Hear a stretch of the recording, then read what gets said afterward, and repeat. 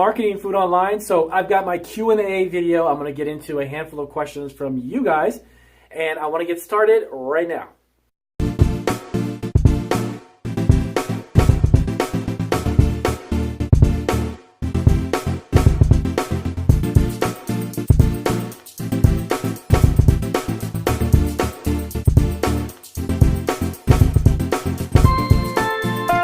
Okay guys, just as I mentioned in my intro, I wanted to get into a handful of questions that I've got from you guys, the subscribers.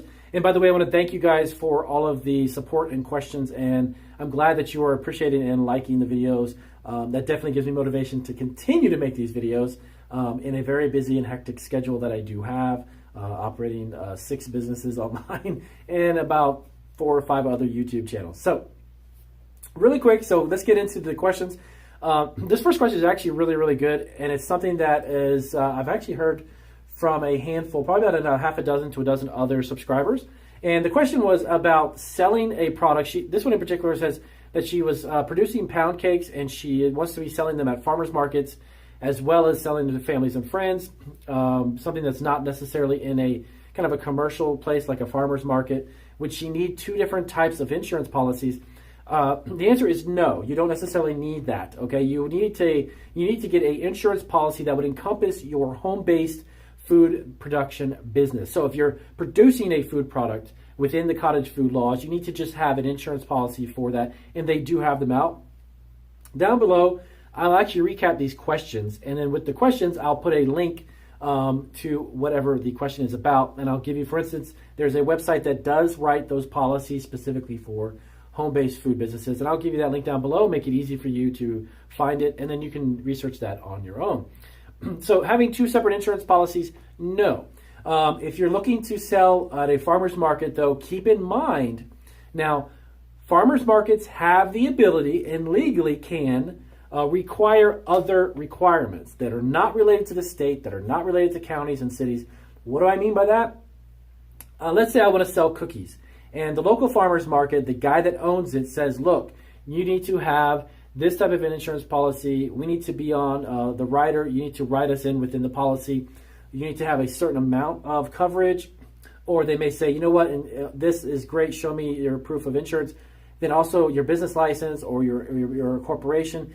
They can require a list of other things in order for you to sell at them. Okay, and that's totally up to them. If I owned a farmer's market, I can actually establish, there's 10 rules of things that I need you to do if you're going to sell food, and I got to have this, and this. So keep that in mind.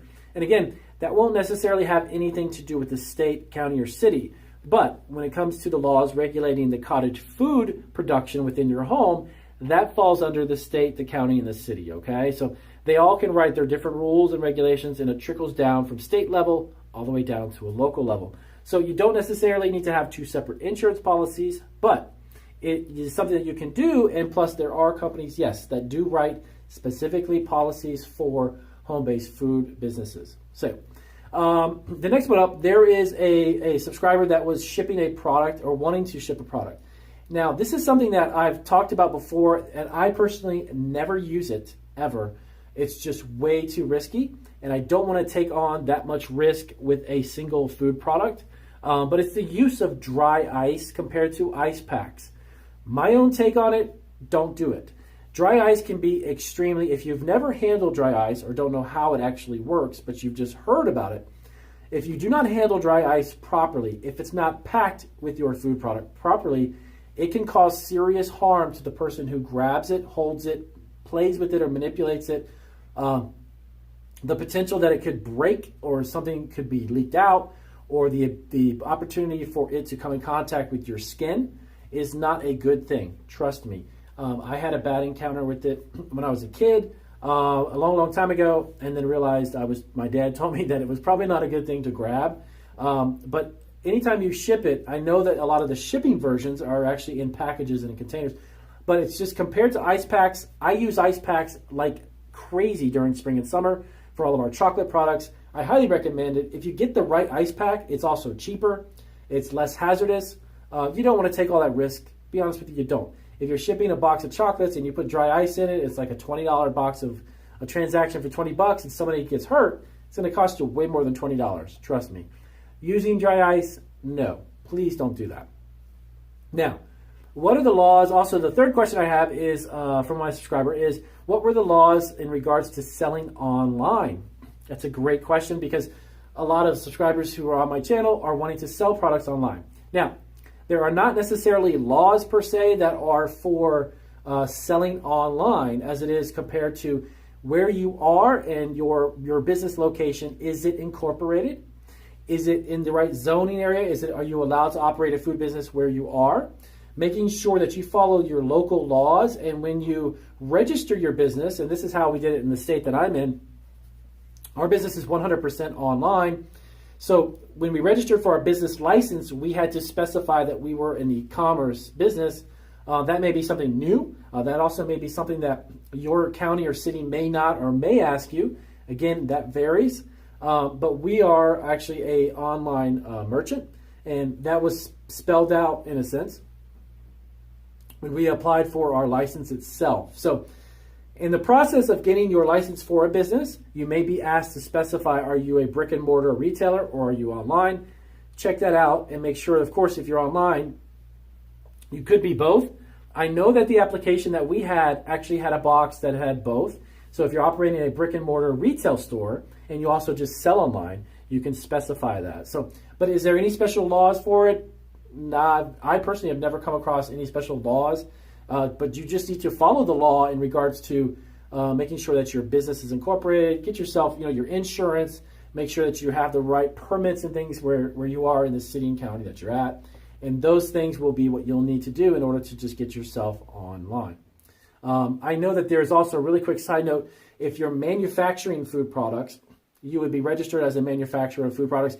If you're a reseller of food products that are already produced and you're simply buying in bulk and then just reselling them, not manipulating them in the sense that you're opening them and putting them together and mixing them or baking them and then making another product. If you're simply just reselling food products, that would be something, again, that you would have to specify on your business application, okay? So lastly, I'll do really quick, is a question, and this is kind of an interesting one. One of my subscribers was looking to sell frozen cookie dough, which is actually crazy delicious. I've had quite a bit of that from Whole Foods and a couple other grocers in our area. Frozen cookie dough, shipping it. There is a big challenge in doing this. Can it be done? Of course, anything can be done. Is it going to be profitable? Is it going to be something that you want to do during spring and summertime? I'm not really sure about that. But if you're wanting to get into selling frozen cookie dough, can you ship it? Yes, you could, number one. Number two, the trick is to figure out how to maintain that temperature as it is in transit, and hopefully crossing your fingers that there are no delays in shipping, which that has happened to some of our stuff during the summertime with chocolate pretzels, and it was like UPS didn't deliver it a week or 2 weeks out, and it was melted, and it was a mess. It was horrible. Now, that would end up being an order that I didn't make any money on because I had to refund it. So the idea is to think of all the parameters. If you're shipping something frozen, can you maintain the frozen temperature in transit? Number two, can you guarantee that it's going to be there? And now you're talking about someone buying a cookie dough that they can potentially get at a local store very inexpensively, but would they pay a premium plus shipping and all the time and the delay and transit? I don't know if that would really be profitable. Again, you can do anything you want to do, but take into consideration these aspects that you probably didn't think of. Frozen cookie dough is delicious and crazy addicting, but is it going to be profitable if you ship it and you have half of them you have to refund because there's an extra couple days delay and it melted, and then there is an issue with the safety of the food product too? Probably not a good idea. But with that being said, you could probably start locally if you create a frozen cookie dough and begin to get it into markets locally where you are. That's another way to do it, and you may not have to necessarily ship it, and you can bring it to those grocers or bring it to those local retailers, coffee shops, restaurants. I mean, there's a lot of different places that could utilize a product like frozen cookie dough and sell it to their patrons. So keep that in mind. I wouldn't necessarily go the route of shipping. That is something I would say no, okay?